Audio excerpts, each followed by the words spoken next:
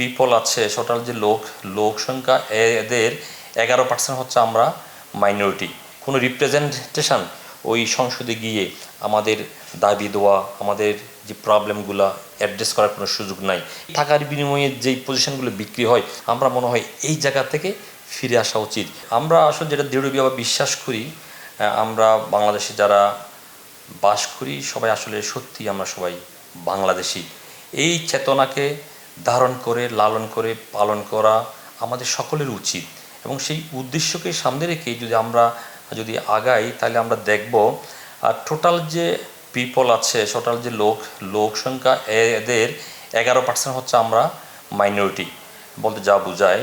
তো সেই মাইনরিটি যদি ভালো না থাকে, সে মাইন্ডে যদি কোনো প্রবলেম থাকে, তো নিশ্চয়ই আমার মনে হয় সেই প্রবলেমের তাদের যে ব্যথা, তাদের দুঃখ, সেটা আমরা যারা অন্যান্য যারা লোকজন যারা বৃহত্তর পরিসরে আছি, তাদের এটা রিয়েলাইজ করা উচিত।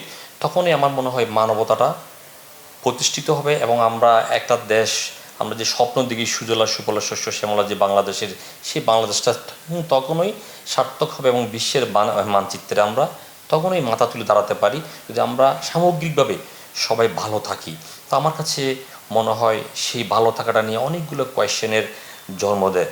আপনি যদি দেখেন স্বাধীনতার আর আজকে প্রায় 54 বছর, সেই স্বাধীনতার 54 বছর পরে আমি যদি একটু ব্যাকের দিকে যাই, আমরা যারা নিজেকে মাইনরিটি হিসেবে যদি বলতে অনেক সময় লজ্জা লাগে, বাট আসলে বাস্তবতা কিন্তু আমাদেরকে সেই মাইনরিটির দিকে ঠেলে দেয়। কারণ আমরা যখন দেখি আমাদের যে কোনো দাবি দেওয়া, আমাদের কোনো পেইন, আমাদের কোনো গেইন নিয়ে আমরা যদি আজকে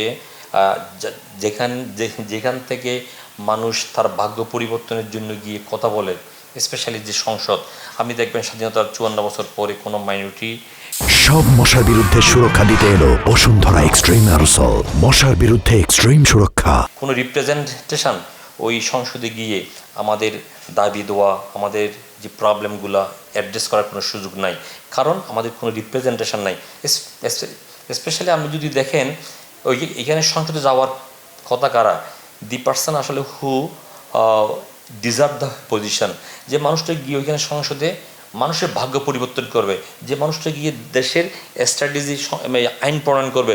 তো আমরা যদি বাস্তবে দেখি সেই মানুষটা যায় না, যায় যার কাছে টাকা আছে। তাহলে এই টাকার বিনিময়ে যেই পজিশনগুলো বিক্রি হয়, সেটা সত্যিকার খুব দুঃখের বিষয়। আমরা মনে হয় এই জায়গা থেকে ফিরে আসা উচিত। তখনই একমাত্র সম্ভব আমরা যদি if we put right man in the right place, এবং আমরা যদি সত্যিকারই রিপ্রেজেন্টেশন যদি পাঠাই, তখন মনে হয় আমরা সবাই ভালো থাকবো। কারণ আপনি যদি দেখেন একটা নৃগোষ্ঠী, যেমন আপনি যদি গারোদের কথা বলেন, তারা টিল নাও তাদের যে ফান্ডামেন্টাল রাইটস, তাদের যে ভূমির রাইটস, এগুলো থেকে এখনও তাদের যে শিক্ষা, এখান থেকে পর্যন্ত তারা এখনও বিতাড়িত, কারণ তাদেরকে দেখার মতো কেউ নাই। আসলে আমরা মাইনরিটি বলতে, যেমন আমি বৌদ্ধদেরকে এখন রিপ্রেজেন্ট করার জন্য আসছি, কিন্তু আসলে it does not mean that আমি মাইনরিটি একা। আসলে বাংলাদেশে 54টা নৃগোষ্ঠী আছে, যেটা সিলেট থেকে শুরু করে আপ টু রাঙামাটি, খাগড়াছড়ি, বান্দরবান পর্যন্ত, এবং এর মাঝখানে আছে আমরা বৌদ্ধরা। কিন্তু অতীব দুঃখের বিষয়, আমাদের এই যে 54টা নৃগোষ্ঠী প্লাস আমাদের কথা বলার মতো সত্যিকারভাবে কেউ রিপ্রেজেন্ট করে না।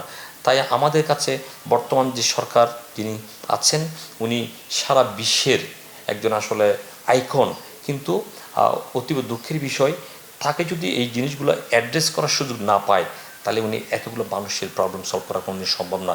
এই জন্য we need a good person, so that সেই মানুষটাকে যদি আমরা জায়গা মতো রিপ্রেজেন্ট করতে পারি, আমার মনে হয় এই প্রবলেমগুলো এবং আমাদের মধ্যে একটা সুন্দর মৈত্রী বন্ধন সৃষ্টি হবে। তাই আমার এটাই এক্সপেকটেশন, যাতে সামনের দিনে যারা সংসদে যাবে এবং রাইটম্যানগুলোকে যাতে সিলেকশন করা হয়, এবং প্রত্যেকটা মানুষ যাতে তার রাইটটা এস্টাবলিশ করতে পারে, সে একজন বাংলাদেশি হিসেবে এখানে থাকার সমস্ত রাইটগুলো পায়।